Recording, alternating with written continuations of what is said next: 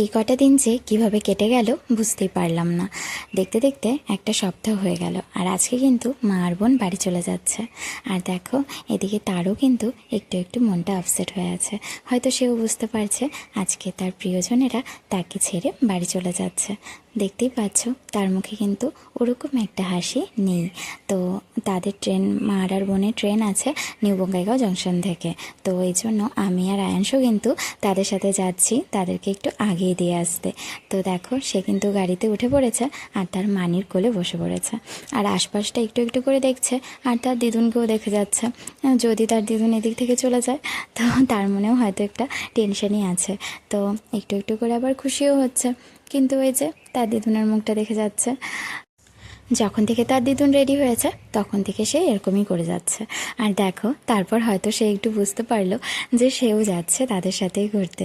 তো তার জন্যই দেখো এখানে একটু কিন্তু নাচও করে নিচ্ছে সে। তো এই খুশিটাই এই কয়দিনও কিন্তু ওর মুখে ছিল, কিন্তু আজকে হঠাৎ করে দেখছি তার মুখে খুশিটা একটু কমে গেছে। তো তারপর কিন্তু সে তার দিদুনের কোলে একটু ঘুমিয়ে গেছিল। আর এই যে আমরা কিন্তু নিউ বঙ্গাইগাঁও জাংশনে চলে এসেছি, আর আজকে ট্রেন একেবারে কারেক্ট টাইমে। তো আমরা আস্তে আস্তেই দেখো এদিকে ট্রেন ঢুকে গেছে। তো এদিকে সব দৌড়াদৌড়ি শুরু হয়ে গেছে সিটের জন্য। তো এইদিকে দেখো মা আর বোন ট্রেনে উঠে পড়েছে, আর তার মনটা কিন্তু অনেকটা বেশি ভার ভার।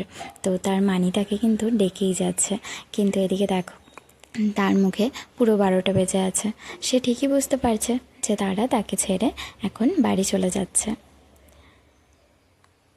তার মানি তাকে হাসানোর কত চেষ্টাই না করছে, কিন্তু এই যে দেখো তার মুখটা কিন্তু একদমই ভার ভার হয়ে আছে। তো এই জায়গাটাতে এত বেশি রোদ ছিল যে ট্রেন ছাড়ার আগেই আমরা কিন্তু ওখান থেকে চলে আসছিলাম বাড়ির দিকে।